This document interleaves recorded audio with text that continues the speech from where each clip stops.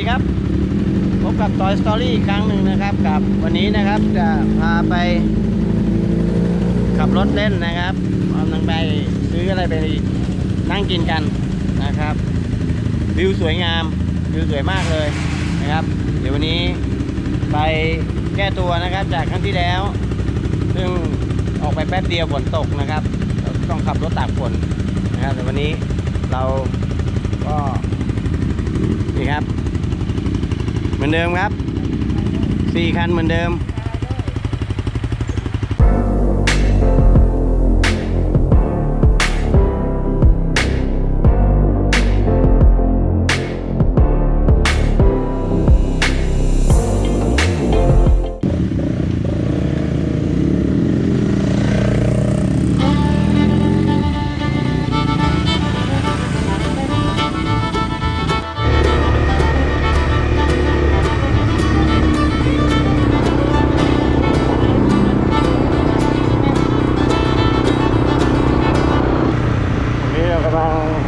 เดินทางอยู่บนทางหลวงครับกำลังจะมุ่งหน้าสู่เขางูนะครับด้านหน้าเป็นเขางูแวะซื้อเสบียงนะครับที่เซเว่นเขางูครับเดี๋ยวเราก็จะออกเดินทางต่อนะครับไปที่นัดหมายนะครับก็เป็นสถานที่ที่เป็นบ่อน้ำนะครับวิวสวยงามนะครับเดี๋ยวไปดูกันว่าจะสวยขนาดไหนนะครับยามเย็นวันนี้ฝนไม่ตกนะครับวันนี้เรามากัน4 คันด้วยกันโอเคออกเดินทางกัน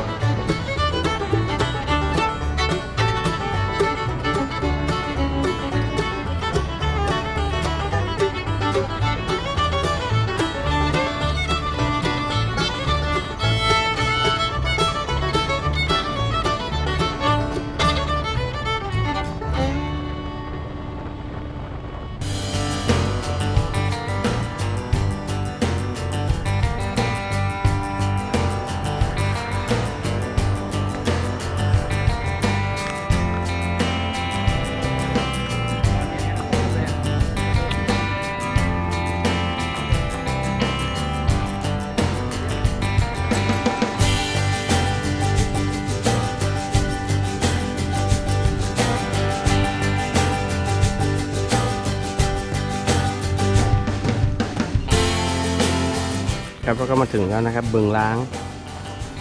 นะครับใกล้กับเมืองราชบุรีอันนี้เป็น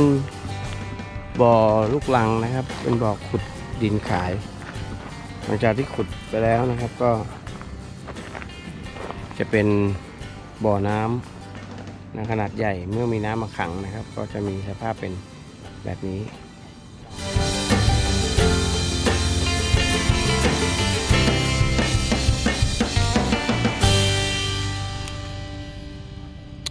แต่วิวสวยงามมากครับ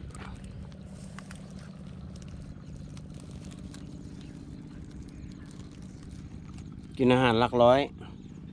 ชมวิวหลักล้านว้าวเป็นบรรยากาศการกินอาหารว่างมื้อเย็นจะมีบางคนกินจริงอีกแล้วนะครับไอ้4 ฟอง กินจริงเห็นแก ไม่โตให้มันรู้ไป เห็นแกจับคู่นะครับเขาบอกว่าเอามาคู่กันได้ลดราคาอีก 4 ฟองจัดไป 4 ฟองครับดูครับ ออกไงวะ ตัวแค่นี้กินไข่4 ฟองดูครับ Oh no! เราจะโตไปพร้อมโควิดโอ้โหกินไข่ลวกตอนเย็นๆพระอาทิตย์จะตกนะฮะ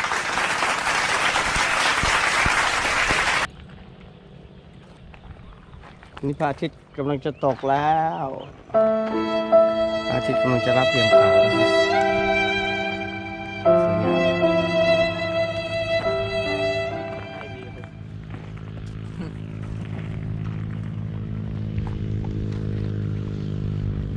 สวยงามฟุกนั่นแหละยืนนั่นแหละโหตัวก็สูงอ่ะ โคตรเท่อะ ตัวสูง มากตองกินหนังคนเดียวกินข้าวคนเดียวไปตลาดคนเดียว เฮ้ยแต่เท่จริงฟุกโคตรเท่เลยฟ้าสวยเลยอะจริงสวยโหยังสวยอะ โอ้ขอมิวสิกหน่อยดิมิวสิก เฮ้ยมันดีเท่ๆดีจะช้าดิโห บนเนินบนเนิน